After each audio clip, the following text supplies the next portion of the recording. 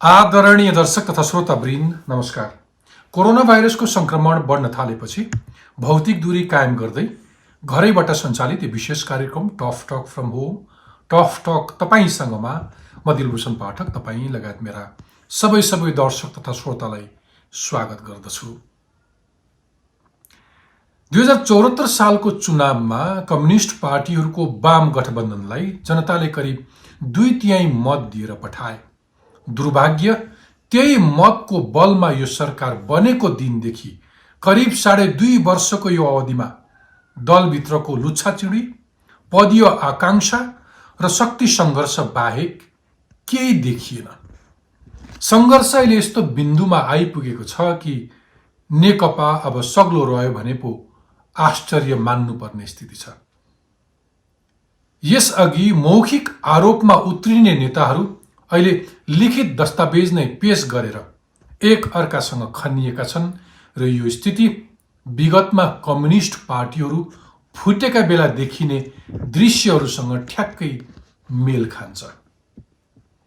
नेपालका कम्युनिस्ट पार्टीहरू जब सत्ता र राजकीय शक्ति आफ्नो हातमा आउँछ त्यो बेला उनीहरू बीच झगडा सुरु हुने गरेको इतिहास छ। त्यही झगडाले उनीहरू आफै सत्ताबाट बाहिरिएका छन्। जनआन्दोलन 2 पछि बनेको पुष्पकमल दाहालको सरकार, माधव नेपालको सरकार, झलनाथ खनालको सरकार, संविधान जारी भएपछि बनेको केपी ओली नेतृत्वको सरकार, बेस समयमै ढल्नुमा उनीहरू आफै प्रमुख कारण थिए। अहिले केपी ओलीमाथि आइलागेको सङ्कट पनि त्यही हो। मिल्दा जनजीविकाका ठूला कुरा गर्ने, नेताहरूको देवत्वकरण गर्ने, तर आफू अनुकूल पद र शक्ति नपाए आफ्ना कमरेडहरूलाई भित्तामै पुग्ने गरी गाली गलौज गर्ने कम्युनिस्ट नेताहरूको सनातनी परम्परा नै जस्तो छ।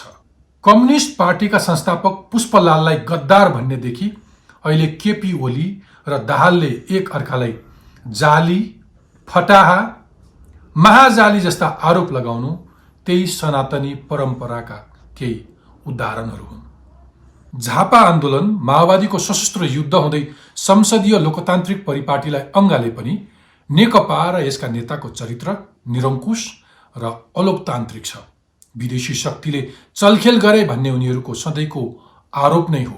त्यसैले उनीहरू बीच हालफाटो आउनुमा यस्ता कारण पनि जोडिएका छन् र विदेशी शक्ति समेतले सबैले देख्ने गरी यस्ता आधार नदिएका पनि होइनन्। कम्युनिस्ट पार्टीहरूमा किन फुट र जुट भइरहन्छ?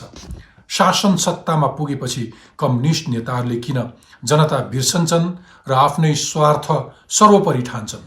कम्युनिस्ट पार्टीहरूभित्र नेताहरूको कार्यशैली कति लोकतान्त्रिक छ? कम्युनिस्ट पार्टीको विभाजन र झगडामा विदेशी शक्तिहरूको कुन हदसम्म हात हुन्छ? अहिले नेकपाभित्र चलिरहेको शक्ति सङ्घर्ष केका लागि हो? यो झगडामा जोडिएका पात्रका चरित्र कस्ता छन्? यस्तै प्रश्नको जवाब खोज्न आज मैले झापा आन्दोलनको नेतृत्व गरेका, पञ्चायतकालमा कम्युनिस्टहरूका आदर्श व्यक्तिको रूपमा चिनिएका, कम्युनिस्टका पुराना र एक वरिष्ठ नेता नेकपा मालेका महासचिव सीपी मैनालीलाई निम्ति आएको छु। पञ्चायतकालमा तत्कालीन मालेको नेतृत्व गर्नुभएका मैनाली 2054 सालको एमाले विभाजनपछि पुनः नेकपा माले नामको पार्टी चलाएर बस्नुभएको छ। आउनुहोस् स्वागत गरौँ आजका मेरा अतिथि नेकपा मालेका महासचिव सीपी मैनालीलाई। सीपी मैनालीजी, tough talk from home tough talk तपाईसँगमा स्वागत छ। बहुत बहुत धन्यवाद। आरामै हुनुहुन्छ? केही समय अघि तपाईँ सडक दुर्घटनामा पर्नु भएको थियो, अहिले स्वास्थ्य ठिक छ? पुरै निको हुनुभयो? म गएको फागुन 15 गते मेरो एक्सिडेन्ट पछि उपचार भएर म अहिले सामान्य स्थितिले हिँड्न सक्छु र हिँड्ने अभ्यासमा छु। ओके, म तपाईलाई आजको सिधै विषयमै प्रवेश गर्न चाहन्छु। तपाईँ कम्युनिस्ट आन्दोलनमा लामो समयदेखि जोडिनु भएको छ। तपाईँ त्यसको एउटा ऐतिहासिक भनौँ उस बेलादेखिको एउटा योद्धा, यसरी जनताको नाममा सङ्घर्ष गरेर त्यत्रो बलिदानी दिएर अझ आम जनताले र पछिल्लो पुस्ताले बुझ्ने गरी भन्दाखेरि देश र जनताले मुक्ति पाउँछन्, देशले प्रगति गर्छ भनेर नागरिकको घाँटी रेटी यहाँसम्म पुगेको पार्टी अनि त्यो पार्टीलाई जनताले यति ठुलो बहुमत दिएर जिताएको सत्तारूढ दल नेकपा भित्रको झगडालाई तपाईले कसरी हेरिरहनु भएको छ? वास्तवमा यो प्रश्नै मार्मिक छ होइन। जनताले यति विश्वास गरे र हाम्रो आन्दोलन नै 2006 सालदेखि सुरु भएको 71 वर्षभन्दा बढी भइसकेको, म खुद यो आन्दोलनमा संलग्न भएको 50 वर्ष भयो र हामीले यो आन्दोलनमा जुन आदर्श प्राप्तिको निम्ति, जुन लक्ष्य प्राप्तिको निम्ति सुरु गरेका थियौँ, जनताले पनि साथ नदिएका होइनन्, साथ दिएका पनि हुन्। तर जनताको साथ पाएर त्यो अहिलेको यो जुन पुँजीवादी गणतन्त्रको सरकार सञ्चालन गर्ने ठाउँमा जो पुगेका छन्, उनीहरूमा सबभन्दा ठुलो कुरो चाहिँ उनीहरूमा आफ्नो प्रतिबद्धताप्रतिको ह्रास देखियो। उनीहरूले न त सिद्धान्तलाई मानिरहे, न त डेमोक्रेटिक मूल्य मान्यता, राजनीतिक मूल्य मान्यतालाई जोगाइरहे, न त उनीहरूले आचरणलाई ठिक गर्न सके, न त उनीहरू आफ्ना घोषणामा इमान्दार रहे। यस कारणले गर्दा अहिले जुन ठाउँमा नेकपा पुगेको छ, यसले धेरै अहिलेको परिवर्तनले सामाजिक रूपमा आमूल परिवर्तन त यसले ल्याउन सकेन, आमूल परिवर्तन त कार्यान्वयनमा जान नसक्ला, तर त्योभन्दा अगाडिका धेरै काम यसले गर्न सक्थ्यो। जनताको जीविका, एब्सोल्युटली म त्यसमा आउँछु। सिपी मैनालीजी, म केही क्षण अघि सामाजिक सञ्जाल हेरिरहेको थिएँ र कहिले कहिले यति बहुमतको, यति धेरै जनताले विश्वास गरेको सरकारप्रति कसैले साह्रै हल्का टिप्पणी गर्दाखेरि मन अमिलो हुँदो रहेछ। कसैको ट्विट पढिरहेको थिएँ कि यो सरकारको मूल्याङ्कन गरेर लेखेको थियो कि यो सत्ताको तमासा भनेर नि। यो सत्ताको तमासाले तपाईलाई कति मन पोल्छ? तपाईँ पनि करिब करिब यो गठबन्धनसँग जोडिसक्नु भएको थियो। तपाईलाई ओलीले नेकपा माले खारेज गरेर आऊ अथवा सूर्य चिन्हबाट चुनाव लड्ने हो भने चुनावी गठबन्धन गरौँ भनेर भन्नुभएको थियो। तपाईले यो मान्नु भएन। आज यो तमासा अथवा यो रणाको देख्दाखेरि मनमा के खेल्छ? अथवा यो झगडा के सैद्धान्तिक हो, सिद्धान्तको हो कि पद र शक्तिको हो? पहिलो कुरो त तपाईँले ठिकै भन्नुभयो कि हामी गएको 74 सालको चुनावमा हामी आफ्नो प्लेटफर्मबाट, हामी आफ्नो चिन्हबाट चुनाव यो दोहोरो नेकपासँग सहकार्य गरेर चुनाव गर्ने पक्षमा थियौँ, जसलाई अघि तपाईँले भनेकै भाषामा त्यसका नेता केपी ओलीले स्वीकार्नु भएन। अब हामी अलग्गै गयौँ, उहाँहरू अलग्गै जानुभयो। अब हामी त्यहाँ भएको भए हामीले अब अहिले जसरी बाहिरबाट जति रोल खेल्दैछौँ, त्यहाँभित्र गएर यो जुन विकृति, विसङ्गति, यो स्खलनको विरुद्धमा हामीले अधिकतम रोल खेल्ने, भूमिका खेल्ने कोसिस गर्थ्यौँ होइन। अब त्यो एउटा कुरा हो। तर अहिले जुन ढङ्गले उहाँहरूले लडिरहनु भएको छ, बाहिरबाट देखिँदा भन्न त उहाँहरूका मान्छेहरूले अहिले सुधारेर अब यो पार्टी सञ्चालन विधि मिलेन, सरकार सञ्चालन गर्ने विधि मिलेन, कार्यशैली ठिक भएन, निरङ्कुश ढङ्गले गइयो, सबैलाई समेटेर गइएन भन्ने जस्ता कुराहरू अगाडि सारेका छन्। तर त्यो अगाडि कुरा सारे पनि त्यसको आन्तर्यमा चाहिँ वास्तवमा अब को सत्ता, पार्टीको सत्ता सञ्चालन गर्न, सरकारको सत्ता सञ्चालन गर्न को पुग्ने होइन। जस्तो पहिले अढाई वर्षको 73मा गएर त्यो लेखापट्टिमा परिवर्तन भयो। एउटाले पार्टी चलाउने, अर्कोले सरकार चलाउने भन्यो दुईटा अध्यक्षमा। तर एउटा अध्यक्षले चाहिँ अधिकारै भने जस्तो अधिकारै प्राप्त नगरेको भन्ने कुरा यसमा रहेकै छ। त्यसकारण यो पद प्राप्ति, सत्ता प्राप्तिको पनि कुरा छ।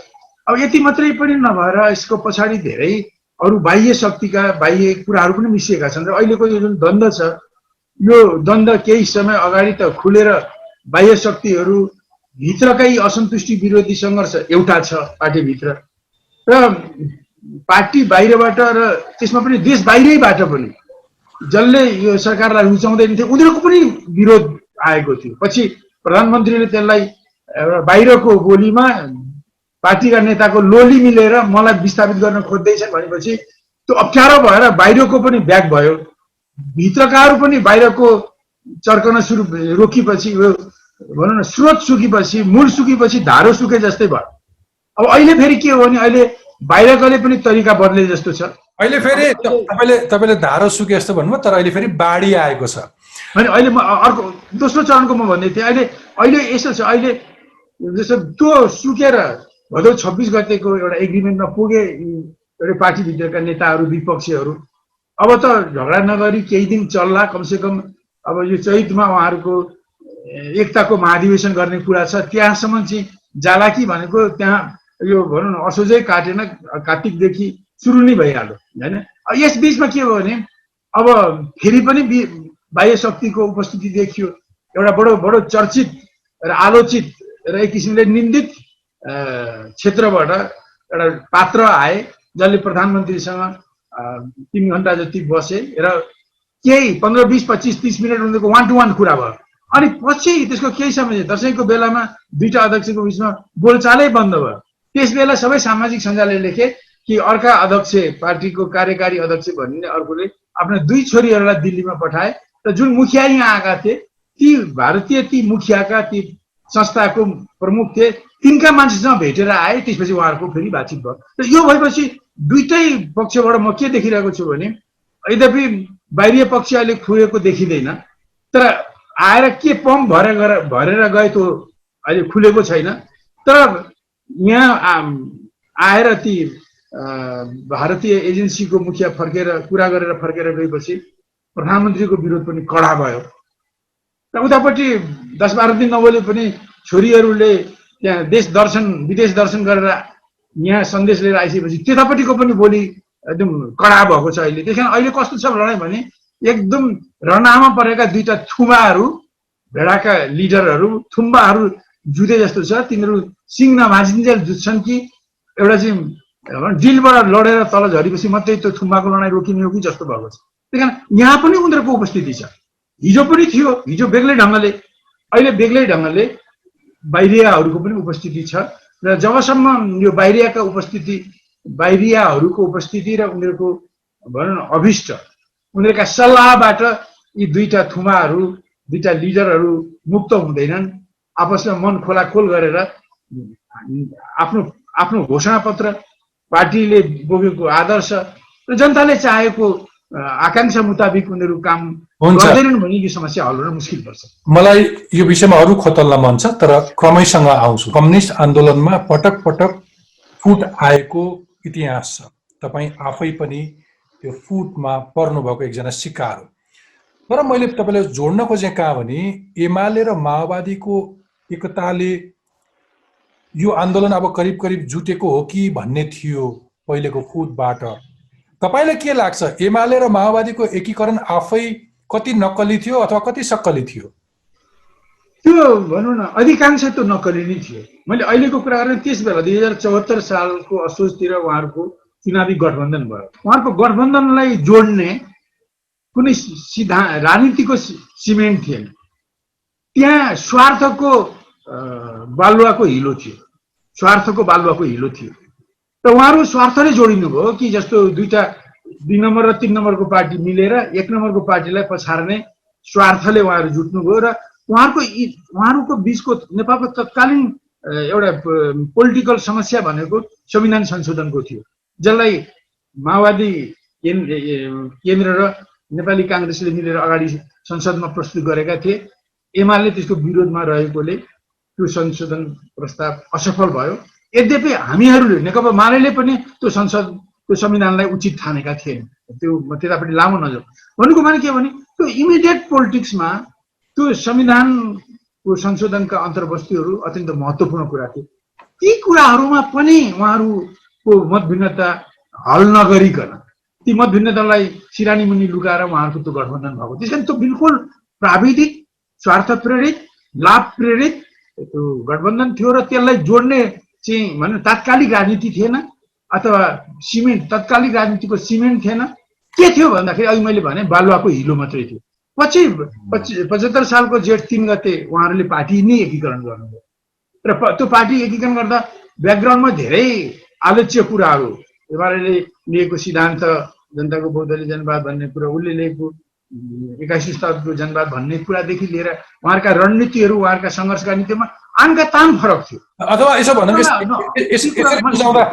यसो भन्दा सजिलो हुन्छ होला कि एमाले र माओवादीको स्कुल नै फरक थियो।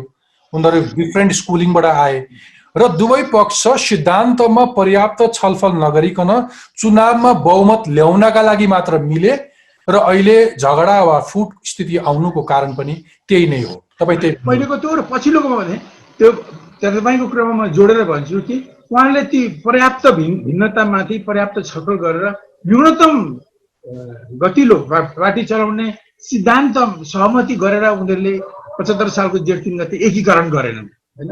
बरु त्यो टेक्निकल थियो, पद विभाजन गर्ने, आधा आधा गर्ने भन्ने र अरू दुईटै अध्यक्ष रहे पनि कसले के रोल खेल्ने कसले के रोल खेल्ने भन्ने उहाँहरूको शक्ति विभाजनको आधारमा गयो र 2 वर्षसम्म चलाउन नसकिने संविधानले सरकारलाई सुरक्षा गर्ने अविश्वासको प्रस्तावबाट सुरक्षित गर्ने अवधि कटेपछि अब यी सबै कुराहरू जागृत भए र द्वन्द्व सुरु भयो। हुन्छ, अब अलिकति केही व्यक्तिगत शैलीका बारेमा कुरा गरौँ, किनभने हामीले धेरै शासन व्यवस्था देख्यौँ, हामीले कति सत्ताहरू परिवर्तन गऱ्यौँ, आज यहाँसम्म आयौँ। धेरै मान्छेहरूले तुलना गर्छन्, कुनै मुलुक राजा भएको मुलुकले पनि गरेको छ, कुनै राष्ट्रपति भएको मुलुकले पनि असाध्यै धेरै राम्रो गरेको छ, कुनै प्रधानमन्त्री कार्यकारिणी भएको मुलुकले पनि अति राम्रो गरेको छ। त्यसकारण यो व्यवस्थालाई धेरै दोष नदिउँ, व्यक्ति कस्तो छ शासन गर्ने अथवा त्यो सत्तामा नेतृत्वमा पुग्ने भनेर स्कलरली डिबेट्सहरू प्रशस्त हुने गर्छ। हाम्रामा पनि धेरै पछिल्लो नयाँ पुस्ताले अलिकति सोच भएकाले अलिकति राजनीतिक विश्लेषण गर्नेहरूले हाम्रो नेतृत्व भएन, साह्रै लोभी पापी भयो अथवा यिनको व्यक्तिगत शैली भएन भनेर आक्षेप लाउँछन्। तपाईँलाई मैले सोध्न खोजेको चाहिँ तपाईँ अहिलेका प्रधानमन्त्री केपी ओलीसँग लामो समय सङ्गत गरेको व्यक्ति, उहाँ लगायत धेरैलाई तपाईँले देख्नु भएको छ। उस बेलादेखि तपाईँले मदन भण्डारीका केही सिद्धान्तहरूमा पनि तपाईँले प्रश्न उठाउनुभयो, त्यस बेला पार्टीभित्रको विकृतिहरूका बारेमा तपाईँले खुलेआम बोल्नुभयो, जसको मूल्य तपाईँले चुकाउनु पर्यो होला, कारबाहीमा पर्नुभयो, घेराबन्दीमा पर्नुभयो। अहिले सम्भवतः जसरी केपी ओली पर्दैछन् अथवा त्यसको अर्थ अहिले हामी नलगाउँ, मैले तपाईँलाई सोध्न खोजेको तपाईँले लामो समय सङ्गत गरेका कारणले केपी ओलीसँग उनको क्याबिनेटमा पनि बसेर काम गरिसक्नु भएको हिसाबले सँगै सरकारमा पनि बस्नु भएको छ, खासमा केपी ओली कस्ता व्यक्ति हुन्? अब यो तपाईँले उहाँको नेताहरूको कार्यशैलीमा के लेख्न खोज्नुभयो त्यो ठिकै कुरा हो। मैले एउटा भनौँ कि जस्तो हाम्रो नेपालको दुर्गतिको निम्ति 3टा फ्याक्टरहरूको चर्चा हुन्छ, जसमध्ये एउटा फ्याक्टरलाई तपाईँले उठाउनु भएको छ। एउटा व्यक्तित्वको कुरा, जसले चलाउँछ, चाहे राजा महाराजा हुन् चाहे नागरिक समाजबाट उठेका व्यक्तिहरू जो नेताहरू हुन्। दोस्रो संविधान र सिस्टमको कुरा, तेस्रो भनेको बाह्य शक्तिको भूमिका। यी 3टा फ्याक्टर छन् नेपालका पोलिटिक्समा। एउटा ठुलो फ्याक्टर तपाईँले उठाउनुभयो।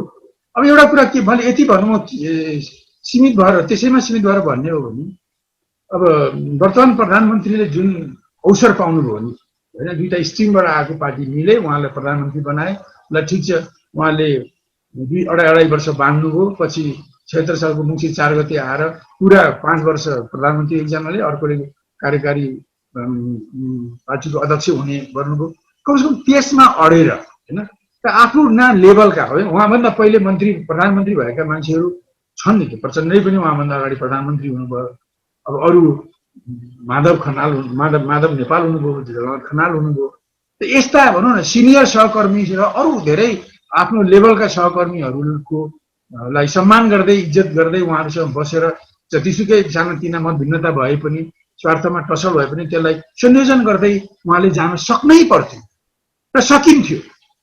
यो उहाँले गर्नुभयो, बिल्कुल गर्नु भएन। यो उहाँको कार्यशैलीमा रहेको अत्यन्त ठुलो दोष हो। उहाँमा अलिकति आफै नै सर्वज्ञता ठान्ने, आफ्नै सबभन्दा ठुलो ठान्ने, अरूको सरसहयोग लिन नचाहने होइन, आफ्ना सहकर्मी सिनियर र समकक्षी सहकर्मीलाई इज्जत गर्दै सँगै लान नचाहने र यस्ता कमजोरीहरू अब सरकारमै पनि बाहिर देख्यो। अधिकार प्रधानमन्त्रीमा केन्द्रित गर्ने, यस्ता विधेयकहरू ल्याउने कि जनताका अधिकारलाई खुम्च्याउने, यो त हामीले देखिसकेका छौँ, पब्लिकली पनि देखेका छौँ। त्यही कारण उहाँमा यी किसिमका प्रवृत्तिहरू रहे, अनडेमोक्रेटिक, शक्ति केन्द्रीकरण गर्ने, अलिकति अहङ्कारी, अलिकति दमनकारी, अलिकति प्रतिशोधी, अलिकति साँगुरो, अलिकति संकीर्ण, यस्ता किसिमका कमजोरीहरू देखे उहाँका कार्यशैलीमा। यदि यी कुरालाई जितेर उहाँले जुन 74 को फागुन 3 गतेदेखि प्रधानमन्त्री हुनुभयो, अब 75 को 3 देखि त एउटै पार्टी बन्यो उहाँहरूको, 2टा गठबन्धनको पार्टीहरू। यसलाई उहाँले भरपुर सदुपयोग गर्न सक्नुहुन्थ्यो यदि उहाँले यो जिम्मेदारी बुझेको भए र आफ्नो कमजोरीलाई नाग्ने आँट गरेको भए। तर त्यसो गर्नु भएन, दुःख लाग्छ। अनि राष्ट्रवादी चाहिँ कति केपी शर्मा ओली? उहाँको राष्ट्रवादितालाई मैले जनताले बुझ्ने भाषामा मैले भन्छु, त्यो छिर्के मिर्के राष्ट्रवाद। उहाँको राष्ट्रवाद के देखिन्छ भने सत्ता केन्द्रित राष्ट्रवाद हो।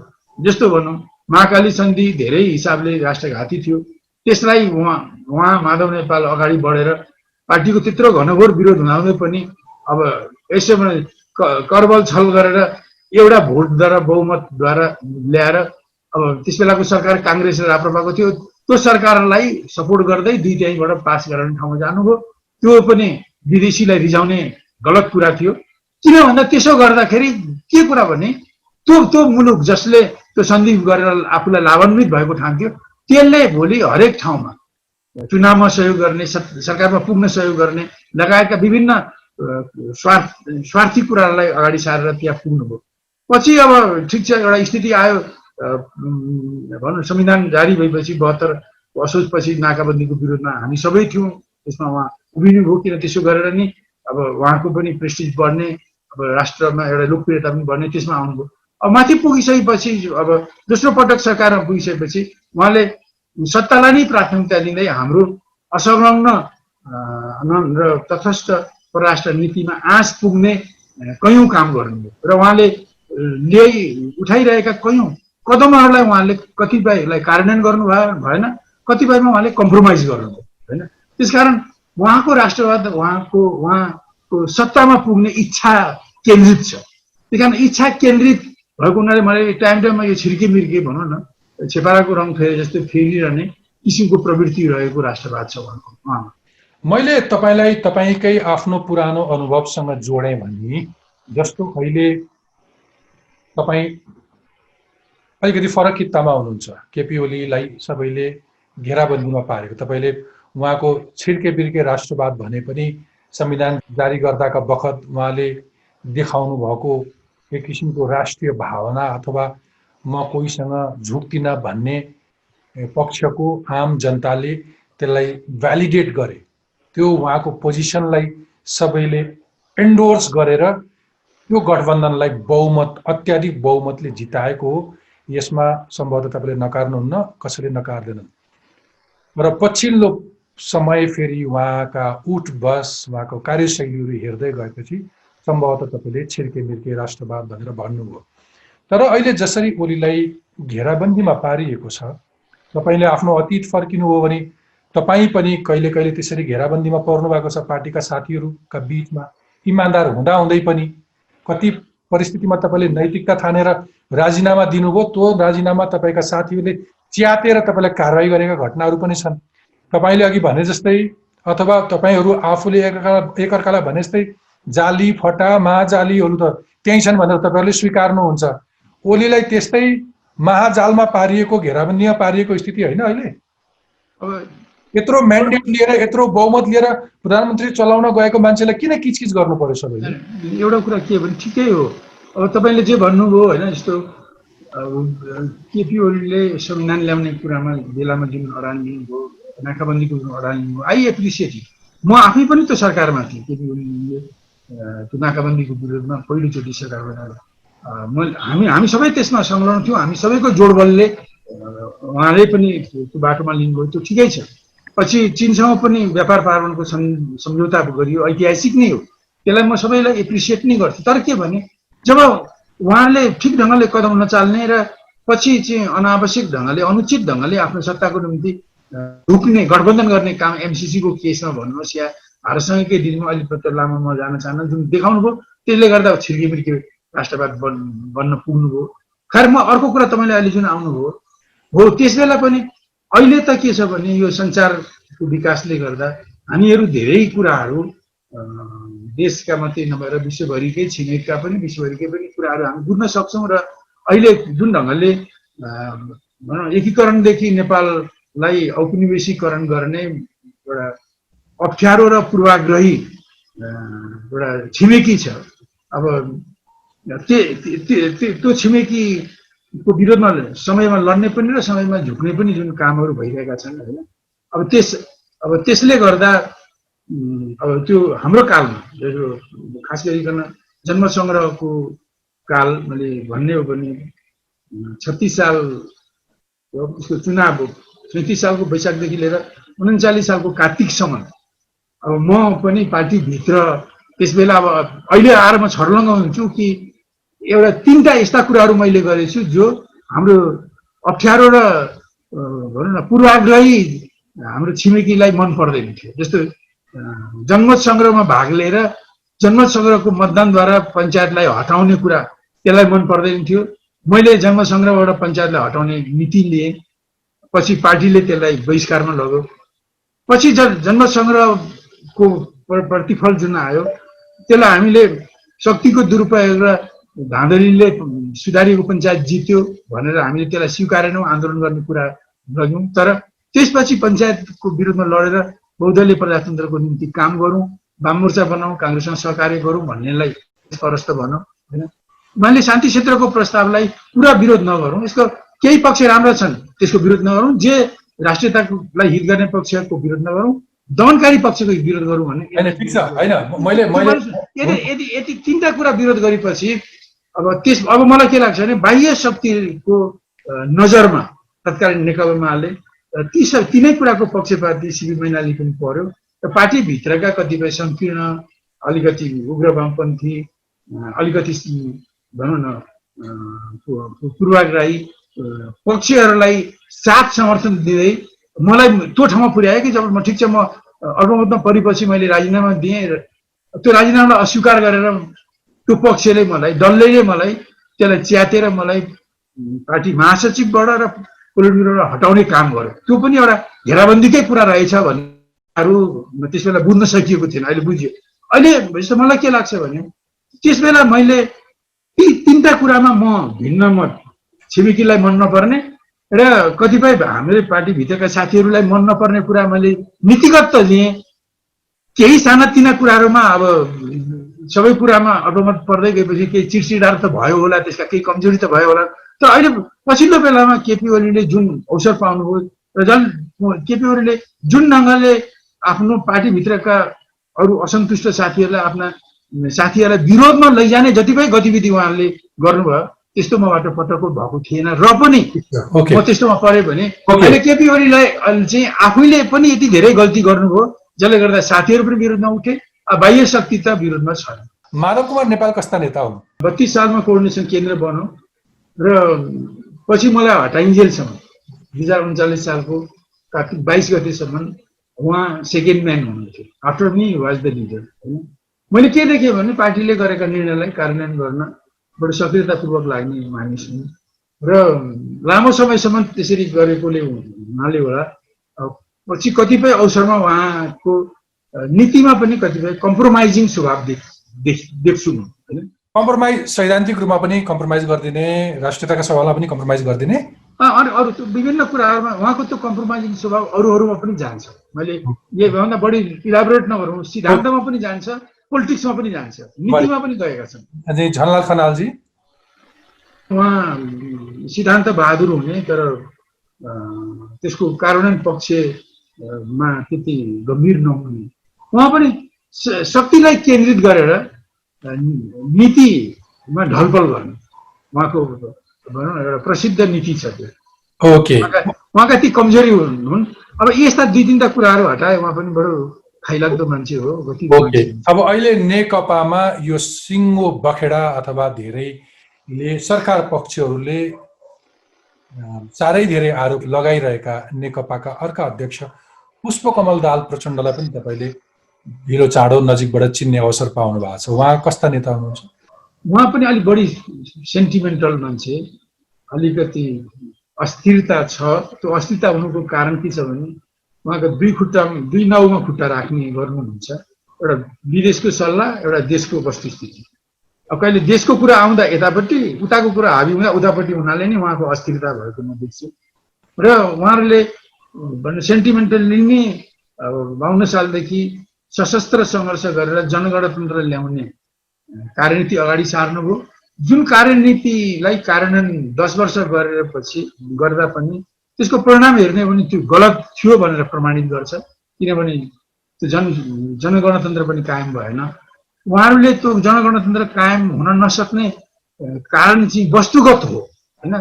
इन्डो वेस्ट शक्तिको कारणले त्यो हुन सकेन भनेर उहाँले त्यसलाई स्वीकार गर्नु भएन।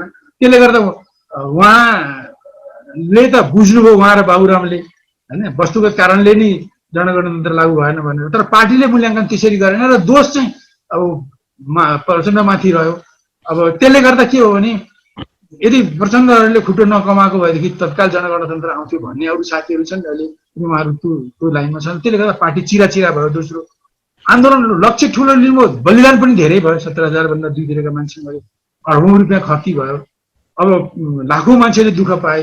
पछि फर्केर आउँदा गर्नु हुने काम, अब पहिचानको निम्ति जातीय राज्य, क्षेत्रीय राज्य, प्रदेशहरूलाई आत्मनिर्भरको अधिकार दिने, हिन्दी भाषालाई राष्ट्रभाषा मान्ने, खुकुलो नागरिकता नीति लिने जस्ता मधेसी राष्ट्रवाद, पहाडी राष्ट्रवाद, बहुराष्ट्रवाद, त्यसको आधारमा प्रदेश जस्ता यी नेपालको एकता अखण्डतालाई बल नपुर्याउने, कमजोर पार्ने, नेपाल राज्यलाई बलियो नबनाउने, विदेशीहरूलाई बलियो बनाउने सिद्धान्त बोकेर आउनु र यत्रो पनि गल्ती उहाँहरूको कारणले भएका नोक्सानीहरूलाई जोख्ने हो भने, एकापट्टि राख्ने हो भने, उहाँहरूले गर्दा ठिक छ, जागृति आयो, समानताको माग आयो, समान पहिचानको कुरा आयो, समावेशीकरण आयो होइन, धेरै कुराहरू जुन जे आएको छ उहाँले गर्दा आएका सकारात्मक कुराहरू एकापट्टि र हानिलाई एकापट्टि राख्ने, हानिको पल्टा धेरै गरौँ छ र त्यो गलत भयो। अब यो पनि उहाँले, त्यसले गर्दा उहाँमा यो एउटा भनौँ न एउटा मनोगतवादी चिन्तन, एउटा पूर्वाग्रही चिन्तन, एउटा भनौँ एउटा कम्युनिस्टमा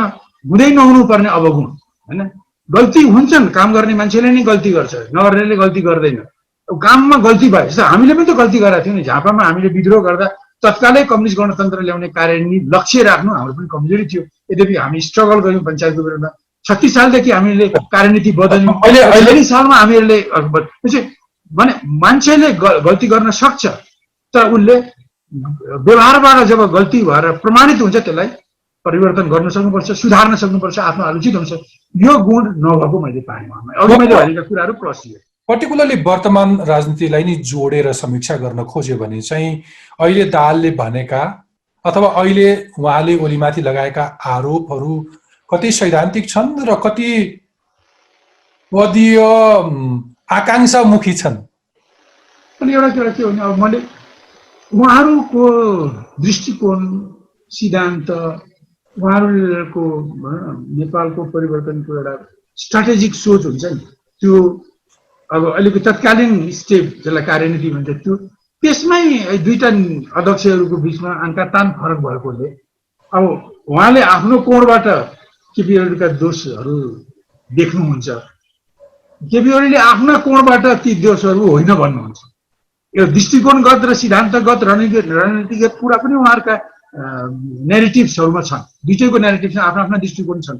अब त्यही कारण उनीहरू हरेकको आफ्नो दृष्टिकोणमा त ठिक लागे पनि अब हामी जस्तो होइन नेपालमुखी मार्क्सवाद बोक्नेहरूले केपी ओलीमा कुन दृष्टिकोण, सिद्धान्त र नीतिहरू गलत रहे, प्रचण्डमा कुन दृष्टिकोण, सिद्धान्त र नीति गलत रहे भनेर हामी देखेर जान सकौँला होइन। अब मलाई के भने जति भए पनि उहाँहरूको बिचमा एउटा पार्टीभित्रको सवाल भएपछि उहाँहरूले एउटा यस्तो वातावरण बनाउन सक्नु पर्थ्यो होइन, जहाँ बसेर ती कुराको सम्बोधन गर्न सकियोस् होइन। यसमा अब एक नम्बरको अध्यक्ष भएको नाताले, पार्टीको र सरकारको पनि प्रधानमन्त्री भएको नाताले बढी जिम्मेदारी त केपी ओलीमाथि नै पर्दछ होइन। तर अर्को अध्यक्षमाथि पर्दैन भन्ने कुरा पनि हो। उहाँमाथि पनि जिम्मेदारी छन् र यो झगडा यहाँ आइपुग्नमा दुईटै जिम्मेदार छन्। पछिल्लो बेलामा एउटाले अब भनौँ न गोयलसँग कुरा गरे, अब गोयलका कर्मचारीसँग प्रचण्डका छोरीहरूले कुरा गर्ने, आखिर दुईटै त दोषी छन् नि त। उनीहरू दुईटैले के भनेको त? र म एउटा तपाईँलाई लास्टमा एउटा कुरा भन्छु, हाम्रो यो पूर्वाग्रही र 18 छिमेकी त्यसका नेता कस्ता छन् भने तिनीहरूले एकैचोटि एउटै संस्थाबाट विभिन्न पात्रहरूलाई अलग अलग सल्लाह दिन्छ। यस्तो विगतमा पनि भए, निकट विगतमा पनि भए, राजालाई एउटा सल्लाह, माओवादीलाई एउटा सल्लाह दिएर यिनीहरूलाई दुईटालाई डिस्ट्रोय गर्ने काम। त्यस्तै अहिले पनि यिनीहरूलाई अलग अलग सल्लाह, मलाई त्यति सल्लाह दिएर उनीहरू जुझ्ने एउटा वातावरण सिर्जना गरेका छन्। अब यसलाई उहाँहरूले पहिल्याउन नसक्नु र राष्ट्रको हित केमा छ होइन, जनताको हित केमा छ, आफ्नै पनि इज्जत केमा छ भनेर पहिल्याउन नसक्नु एउटा दुःखद कुरा हो। मलाई साह्रै रुचि नलाग्ने, सबैले भनिरहने विदेशी हस्तक्षेप भन्ने विषय कार्यक्रमको अलिक पुछारतिर कुरा गर्छु भनेर भन्दै थिएँ, तर यो यति धेरै हावी भएछ कि नेपाली राजनीतिमा अथवा कोही पनि देश सम्झिने कुनै पनि पेसाको मान्छेसम्मलाई किनारा लगाउन सक्ने हैसियत राख्छ विदेशी शक्ति भनेर तपाईँले मलाई अनौपचारिक संवादमा पनि भन्नुभएको थियो।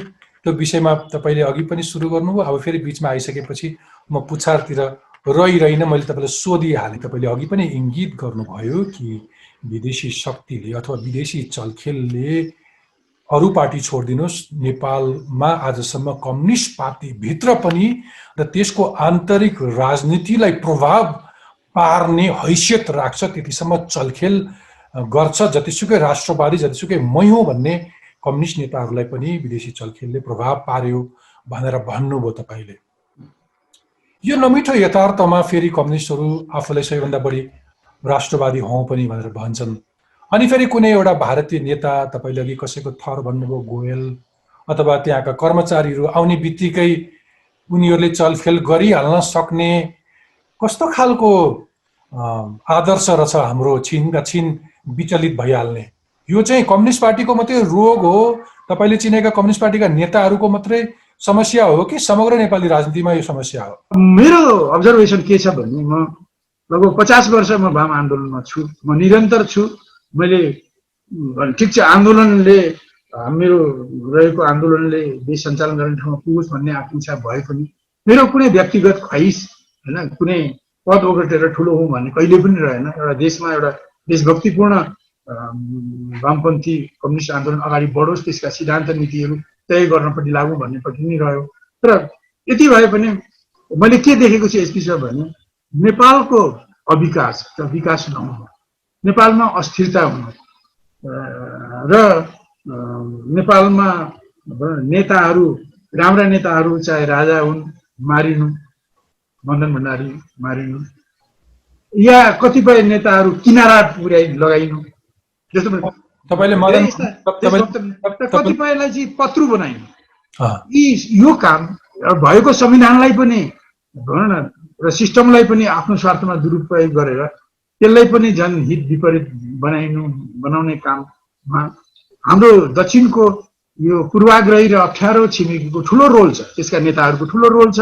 र अहिले पनि छ। अहिले मैले अघि नै भने अहिले हाम्रा दुईटा अध्यक्षहरू हैन, पार्टीका अध्यक्षहरू, एउटा प्रधानमन्त्री सहितको अध्यक्ष जो लडिरहेका छन्, अहिले म तिनीहरूको पछाडि त्यही अप्ठ्यारो र त्यही पूर्वाग्रही मुलुकका नेताहरू, त्यसकै एजेन्सीका मान्छेहरूलाई देखिरहेको छु। अहिले पनि म देखिरहेको छु। त्यही कारण हरेक यहाँका साना ठुला झगडामा त उपस्थित हुन्छ। यो जस्तो हुन महाभारतको कृष्णजी जस्तो छ क्या, द्रौपदीको चिरहरण हुँदा पनि पुगेका उपस्थित हुन्छन्। भीष्म पितामहलाई अर्जुनले ढाल्दा पनि त्यहाँ उपस्थित हुन्छन् र उनी चक्का उठाएर, हतियार उठाउँदिन भनेर चक्का उठाएर उनी त्यहाँ प्रस्तुत हुन्छन्। यस्तै यो छिमेकीको यो रोल छ। र जबसम्म हामी विदेशी शक्तिहरूको भूमिका नेपालको अस्थिरताको निम्ति, अविकासको निम्ति, झगडाको निम्ति, यसको सङ्कटको निम्ति तिनीहरूको भूमिकालाई गहिरो गरी बुझ्दैनौँ, खास गरिकन इन्डो वेस्ट शक्तिहरूको भूमिकालाई बुझ्दैनौँ, उनीहरूले हामीलाई तात्कालिक रूपमा रमाइलो लाग्ने, हामीलाई आवश्यक पर्ने कुरालाई सहयोग गरेर उनीहरूले सुदूर भविष्यमा नेपाललाई अहित गर्ने तर उनीहरूलाई हित गर्ने कुराहरू गरिरहेका हुन्छन्। यो नबुझ्नाले नै हामी यो दुर्गतिमा पुगेका हौँ। त्यसकारण शब्द अलिकति चर्को नमिठो होला, तर तपाईँले आशय चाहिँ काम नलाग्ने एउटा झल्लु, एउटा दलाली स्वभावको नेतालाई अथवा एउटा नालायकलाई पनि राज्यको उपल्लो तहमा पनि पुर्याउने हैसियत राख्छ र एउटा राम्रो योग्य एउटा हुनहार नेतालाई पत्रु बनाउने र त्यसलाई थन्काइदिने हैसियत पनि राख्छ। र यो एउटा राजनीतिमा मात्रै होइन, कुनै व्यवसायमा, कुनै पेसामा पनि अलिकति देशका लागि बोल्ने मान्छेहरूलाई त्यसरी थन्काउन सक्ने हैसियत राख्छ भनेर तपाईँले भन्नुभयो, सिधै दक्षिणतिर फर्केर होइन? तपाईँले लगाएको यो आरोपमा चाहिँ यो शब्द तपाईँहरूले बढी साहित्यमा प्रयोग गर्ने अथवा पार्टीभित्र पनि प्रयोग गर्ने त्यो भारतीय विस्तारवाद र हस्तक्षेप जस्तो जुन राजनीतिक दाउपेच छ नि, त्यसमा चाहिँ अहिले पछिल्लो समय त्यो चिनिया फ्लेभर पनि देखा पर्न थालेको हो। पनि एउटा कुरा होइन, ठिक छ, यो म दुईटैलाई अलिक फरक देख्छु। हुन त अहिले जस्तो भन्नु चिनियाहरूले जे कुरो सार्वजनिक भनेका छन्, जस्तो यो देशमा पार्टीहरू एकीकृत रहन्, पार्टीहरू मिलेर काम गरून्, देशमा स्थिरता होस्, देशको स्वतन्त्रता सार्वभौमिक सत्ता बलियोस् भनेर जुन कुराहरू उनीहरूले पब्लिकली आफ्ना डकुमेन्टमा भनेका छन्, नेताहरूसँग अथवा अरू पब्लिक पर्सनालिटीसँग कुरा गर्दा व्यक्त गरेका छन्। अब उनीहरूले त्यही कुरा नि भनौँ न लाई पर्सु गरिरहेको म देख्छु। तर त्यसमा पनि खेलेको देख्दिनँ। ठिक छ, अहिले भर्खरै पहिले पनि चीनका राजदूतले खास गरिकन रुलिङ पार्टीका मान्छेहरूसँग कुरा गरेर हस्तक्षेप गरिन् भने पनि वास्तवमा उनले चासो व्यक्त गरेको म देख्छु नै। तर एउटा कुनै पार्टीभित्रको आन्तरिक किचलो सत्ता सङ्घर्ष यस्तो धेरै चर्किँदाखेरि, यति धेरै रणाको चलिरहँदाखेरि राति अबेलासम्म पनि आफ्नो सिङ्गो दूतावास परिचालन गरेर त्यहाँका स्टाफहरूलाई सबै नेताहरूलाई भेट्न पठाउनु त्यो कुनै एउटा कूटनीतिक मर्यादाभित्र पर्छ नेताज्यू? होइन, एउटा कुरा यदि त्यस्तो भएको छ भने, त्यस्तो भएको छैन, म के ठान्छु भने सरकारको पनि कमजोरी हो। यस्तो जथाभावी भेटघाटका कुराहरूलाई रोक्ने व्यवस्था सरकारले गर्नुपर्ने हो, उसले सरकारले गरेको छैन। दोस्रो कुरा मैले नीतिगत पक्षमा भन्ने हो भने अब जस्तो भनौँ उनले अब भनौँ न यहाँ नेपालमा स्थिरता होस्, रुलिङ हो नि अपोजिट पार्टीहरू उनीहरू मिलेर जाउन्, देश चाहिँ विकास गरोस्, स्वतन्त्रता सार्वभौमिकता सुदृढ होस् भनेर उनीहरूले हाम्रो स्वतन्त्रता सार्वभौमिकतामा आँच आइरहेको बेलामा पनि उनीहरूले यो नीति लिइरहेका छन्। हाम्रो भूमि अखण्डित हुँदैछ, खण्डित हुँदैछ, उनीहरू नेपालको स्वतन्त्रता सार्वभौमिकता र अखण्डताको पक्षमा छौँ भनिरहेका छन्। यो पनि ब्रोड वेले भन्ने हो भने त नेपालकै कुरामा बोलेको न हो, तर उनीहरूको इस्टाब्लिस पोलिसी उनीहरू बोलिरहेका छन्। यी बाहेक अरू मेन्युभरिङमा के कति ठिक बेठिक भएका छन्, यसलाई रेगुलेट गर्न त नेपाल सरकारको पनि काम हो। तपाईँ करिब करिब स्पष्ट हुनुहुँदो रहेछ। दक्षिण छिमेकी चाहिँ यो मुलुकको हित चाहँदैन, उत्तर छिमेकी चाहिँ यो मुलुकको हित चाहँदछ भन्ने खालको तपाईँको धारणा देखियो। तर त्यसमा पनि पूर्वाग्रही हुन सक्नुहुन्छ नि तपाईँको त्यो विचारमा? म तपाईँलाई अनगिन्ती प्रमाण दिन्छु। दक्षिणबाट यो नेपाल एकीकरण हुँदै थियो, उनीहरूले एकीकरण रोक्नको लागि 1824मा चट्टान किन्लोको फौज आएर नेपाली फौजले हराउनु पर्यो। अब त्यो त्यस्तै हो कि हामीले 1871-72तिर 5 ठाउँबाट हमला गरियो, पश्चिमतिर हार्यौँ, पूर्वतिर नहारेकोलाई पनि सुगोली सन्धिमा राखेर उनीहरूले कब्जा गरेर गए। 47 पछिको घटना गर्नुहुन्छ भने यस्ता अनगिन्ती उदाहरणहरू छन्। अनि त्यो दक्षिणको मूलक म कुनै पूर्वाग्रह नराखी भन्ने हो भने पनि दक्षिणले आफ्नो इन्ट्रेस्टको निम्ति हाम्रो इन्ट्रेस्ट, नेपालको इन्ट्रेस्ट, स्वतन्त्रता स्वाभिमान सार्वभौमिक सत्ता र अखण्डतालाई उसले मर्यादा गरेन, भर्खरै पनि गरेन नि त। हाम्रो जमिन एउटा फिलो जमिन नै उसले 400 वर्ग किलोमिटर। ठिक छ, कस्तो संयोग पर्यो भने म गत हप्ताको कार्यक्रममा महिला नेत्रीहरूलाई आमन्त्रण गरेर संवाद गर्दै थिएँ र त्यो संवादमा चाहिँ किन नेतृत्वमा महिलाहरू आएनन्, नेकपाको सचिवालयमै हेऱ्यो भने पनि महिला सदस्यहरू हुनुहुन्न। तपाईँहरूलाई कहिले कहिले लाग्दैन कि महिलाहरू पनि त्यो डिसिसन मेकिङमा भइदिएको भए, अलिक बढी सचिवालय समावेशी भइदिएको भए यो एक किसिमको एउटा मान्छेको एकल राज हुँदैन थियो होला, अलिकति पार्टी विधि पद्धतिले चल्थ्यो होला भनेर संवाद गरेका थिएँ। त्योभन्दा अघिल्लो हप्ता युवाहरूको प्रतिनिधित्व खोइ, नेतृत्वमा खोइ युवाहरू भनेर कुरा गरिरहेको थिएँ। तर अस्तिको गत हप्ता मात्रै महिलाहरूको कुरा गरेको। आज बिहान म एउटा ट्विट पढ्दै थिएँ कि त्यहाँ के लेखिएको थियो भने सत्तारूढ नेकपाको सचिवालय विस्तार गरेर 2 जना नयाँ महिला सदस्य थपियो रे। ती 2 जना सदस्य चाहिँ विद्यादेवी भण्डारी र हाउ याङसी भनेर कसैले ट्विट लेखेर मजाक गरेको थियो। मेरो मन अमिलो भयो। तपाईँलाई कस्तो लाग्यो? यो पदीय मर्यादा बिर्सेको हो जस्तो लाग्छ राष्ट्रपतिले अथवा कुनै एउटा कूटनीतिक मर्यादामा आएको राजदूतले बेला नकुबेला पार्टीको द्वन्द्व चर्किरहेको बेलामा यसरी बेला नकुबेला साँझ जरुरी थियो? पहिलो कुरा त अब राष्ट्रपतिको बढी उहाँ देशको राष्ट्रपति हुनुपर्ने हो, संविधानको रक्षक हुनुपर्ने हो, अभिभावक हुनुपर्ने हो। त्यसो नभएर उहाँ जुन पार्टी विशेषबाट उहाँ उठ्नुभयो त्यही पार्टी विशेषकै नेताको रूपमा उहाँको व्यवहार देखिएको छ। पहिलो कुरा यो जति आलोचना भइरहेको छ त्यसको विपक्षमा म छैन, वास्तवमा आलोच्य नै व्यवहार भइरहेको छ। अब जहाँसम्म अब तपाईँले चीनको पक्षलाई पनि तान्नु, चीनको होस् या अमेरिकाको होस् या भारतको होस्, होइन, सबैले पालन गर्नुपर्ने एउटा नर्म्स चाहिँ, होइन, डिप्लोमेटिक नर्म्स चाहिँ सरकारले नै कडाइको साथ कार्यान्वयन गर्नुपर्छ। ओके, अर्को पनि ट्विट थियो उहाँकै सन्दर्भमा मैले पढिरहेको थिएँ सामाजिक सञ्जालमा कि धेरै उहाँको भूमिका चाहिँ धेरै नेकपाको राजनीतिमा देखियो, यसमा आउन खोजे जस्तो लाग्यो। अब राष्ट्रपति निवास शीतल निवासबाट किन धुम्बाराई नसार्ने, त्यो भयो भने उहाँलाई पनि सजिलो हुन्छ, यता जनताले तिरेको कर पनि बच्छ भनेर कसैले टिप्पणी गरेको देखेको थिएँ। मैले तपाईँले विदेशी शक्ति केन्द्रहरूको चलखेलका बारेमा तपाईँले त्यति धेरै टिप्पणी गरिसकेपछि मैले तपाईँलाई सोध्नै पर्छ कि पछिल्लो समय आम मान्छेले टिप्पणी गरे जस्तै यो मुलुकको गणतन्त्र अथवा धर्मनिरपेक्षतालाई पनि खत्तम पार्ने खेल चलिरहेको छ भनेर भन्छन् नि, यसको बारेमा तपाईँको बुझाइ के छ? मलाई छोटोमा भन्नु भने यस्तो अघिल्लो व्यङ्गबाट चोटिलो व्यङ्ग हो होइन, यो राष्ट्रपति प्रति गरिएको चोटिलो व्यङ्ग नै हो धुम्बराईमा सारौँ भन्ने कुरा होइन। यसलाई राष्ट्रपतिले गम्भीरता साथ लिउन् भन्ने म चाहन्छु।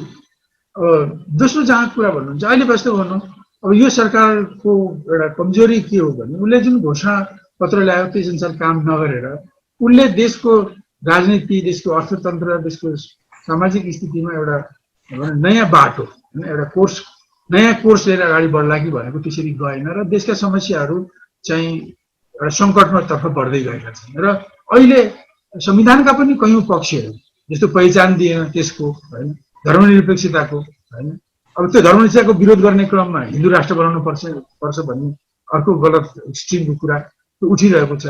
संहिता चाहिँ महँगो भयो, यो चलाउन सकिन्न भन्ने प्रश्न उठिरहेका छन्।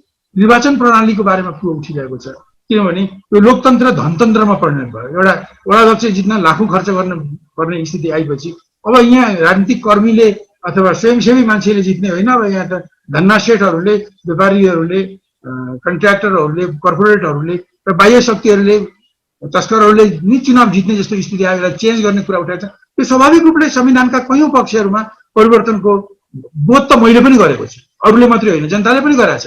जहाँसम्म यो धर्मनिरपेक्षता हामी संविधान बनाउने बेलादेखि नै नेकपा माले यो नेपालमा धर्मनिरपेक्षता एकदम गलत कुरा हो, हामी हिन्दू राष्ट्र पनि लेखाउनु गलत कुरा हो।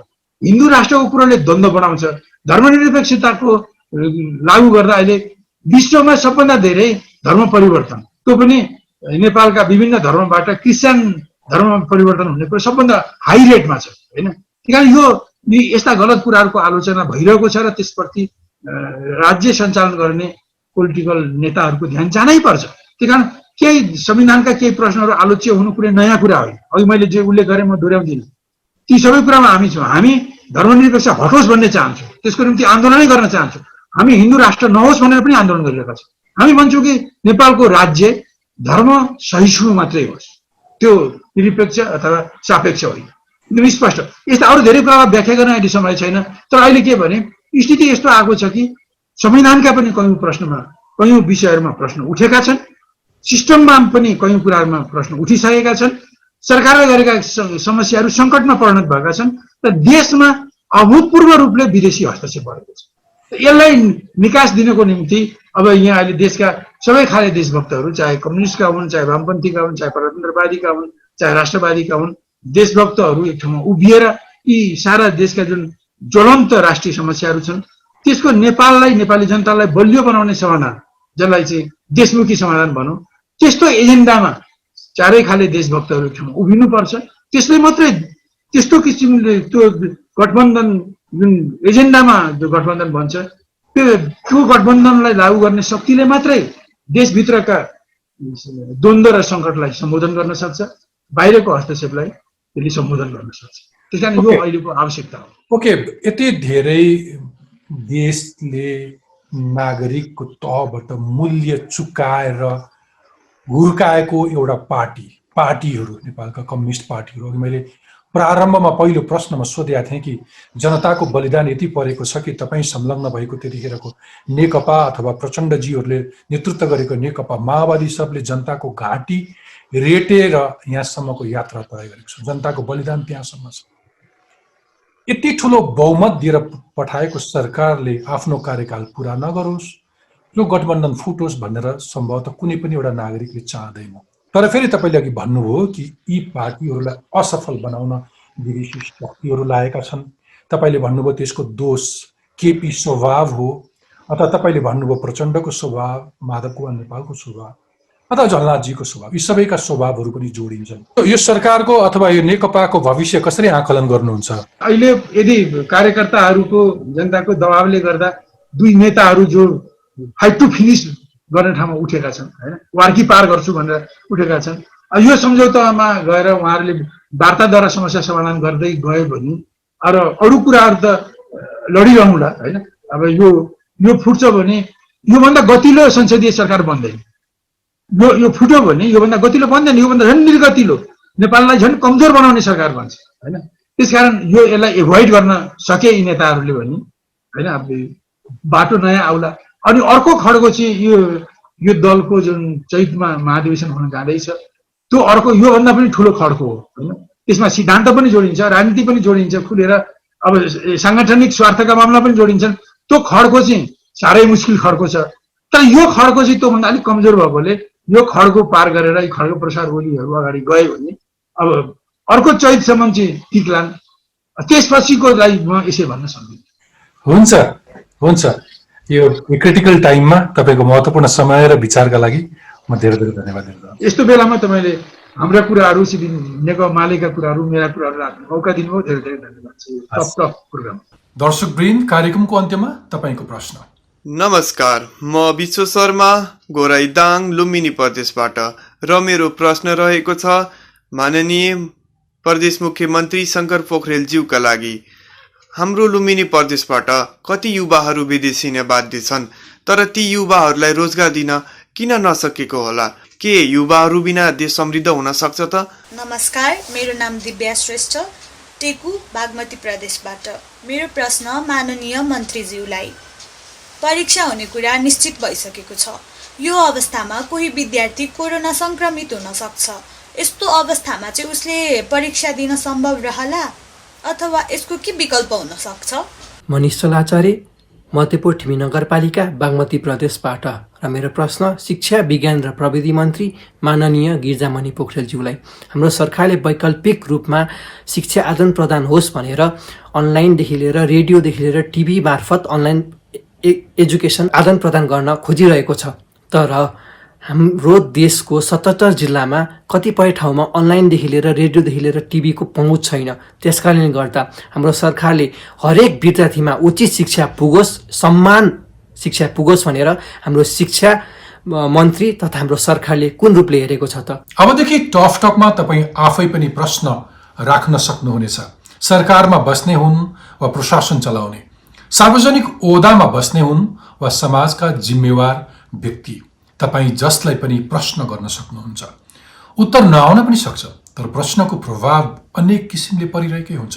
त्यसैले आज आफ्नो क्यामेरा उठाउनुहोस्, नाम र ठेगाना भन्नुहोस्, कसलाई के प्रश्न हो आधा मिनटभित्रमा सोध्नुहोस् र हामीलाई पठाउनुहोस्। हामी सबैभन्दा राम्रो प्रश्नलाई कार्यक्रममा समावेश गर्नेछौँ।